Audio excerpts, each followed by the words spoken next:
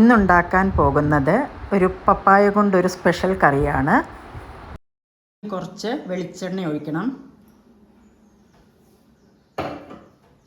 എന്നിട്ട് ചതുരത്തിൽ കുറച്ച് പപ്പായ നുറുക്കി വെച്ചിട്ടുണ്ട് കേട്ടോ. അതിൻ്റെ കൂടെ ഇത്തിരി മഞ്ഞൾപ്പൊടി, ഉപ്പ് ഇടണം കേട്ടോ.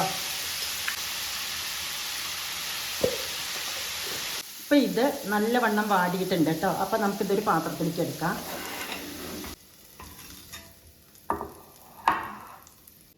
ഇനി ഇതിലേക്ക് കുറച്ച് ഇഞ്ചി, വെളുത്തുള്ളി, ആ എണ്ണയിലേക്ക് തന്നെ കേട്ടോ, വേറെ എണ്ണ എടുക്കണ്ട. കുറച്ച് പെരിഞ്ജീരകം നല്ലൊരു സ്മെല്ലുണ്ടാവും. കുറച്ച് പെരിഞ്ജീരകം ഇട്ടിട്ട് ഒന്ന് വറുത്തെടുക്കുക കേട്ടോ. വെളുത്തുള്ളി, ഇഞ്ചി ആയിട്ടുണ്ട്, ഇത്ര മതി. പെരിഞ്ജീരകം നല്ലപോലെ ആയിട്ടുണ്ട്. ഇനി ഇതൊന്ന് അരച്ചെടുക്കാൻ വേണ്ടിയിട്ടാണ്.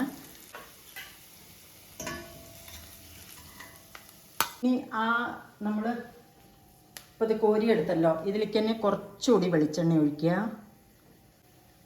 ഇത്തിരി ഒരു വലിയ ഉള്ളി പൊടി പൊടിയായി അരിഞ്ഞതാണ് കേട്ടോ.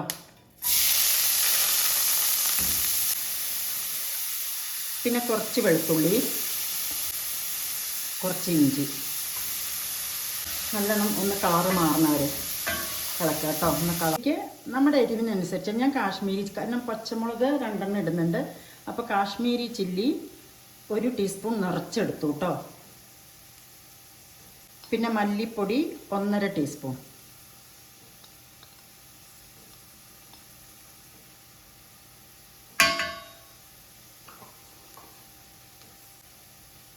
ഇത്തിരി മഞ്ഞൾപ്പൊടി.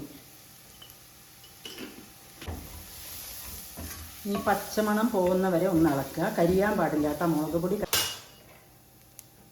ഇത് 2 ചെറിയ നല്ല പഴുത്ത തക്കാളി അരിഞ്ഞത്,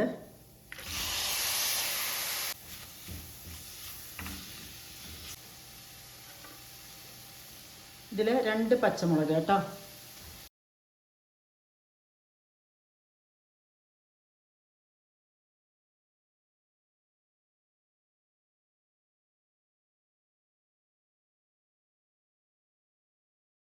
ഇനി ഞാനിവിടെ ഒരു വലിയ തേങ്ങയുടെ പാലെടുത്ത് വെച്ചിട്ടുണ്ട്. 3-ാം പാല്, 2-ാം പാല്, 1-ാം പാല്. എന്നിട്ട് അതിലത്തെ 3-ാം പാല് ഇതിലേക്ക് ഒഴിക്കുക. ഇനി ഇതിപ്പോൾ ഞാൻ 2-ാം പാൽ എടുത്ത് വെച്ചതാണ്. അത് ഒഴിച്ചിട്ട് ഒത്ത് വെച്ച പപ്പായ ഇതിലേക്ക് കൊട്ടുക. എന്നിട്ട് അടച്ച് വെച്ചിട്ട് ഒരു 10 മിനിറ്റിലധികം, ഇതിപ്പോൾ വെള്ളം അധികമായി തോന്നും കേട്ടോ, ഇത് പറ്റും. ഓമക്കായ നന്നായിട്ട് വേവണം. ഇത് ഏകദേശം വെന്തുണ്ട് കേട്ടോ. അപ്പോൾ ഒന്ന് ഉടച്ചു കൊടുക്കുക. എല്ലാ കഷ്ണങ്ങളല്ല, ചെറുതായിട്ട്. അപ്പോൾ ചില കഷ്ണങ്ങൾ മാത്രം ഉടയും. അപ്പോൾ ഈ നല്ല കൊഴുപ്പ് തോന്നും കറിക്ക് കേട്ടോ. ഇത് 1-ാം പാല് കേട്ടോ. ഇനി അതൊഴിക്കുക. ഇതിലേക്ക് കുറച്ച് കറിവേപ്പില ഇടുക.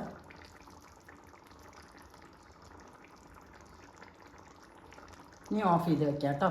അപ്പോൾ നമ്മുടെ പപ്പായ കറി ഇവിടെ റെഡി ആയിട്ടുണ്ട്.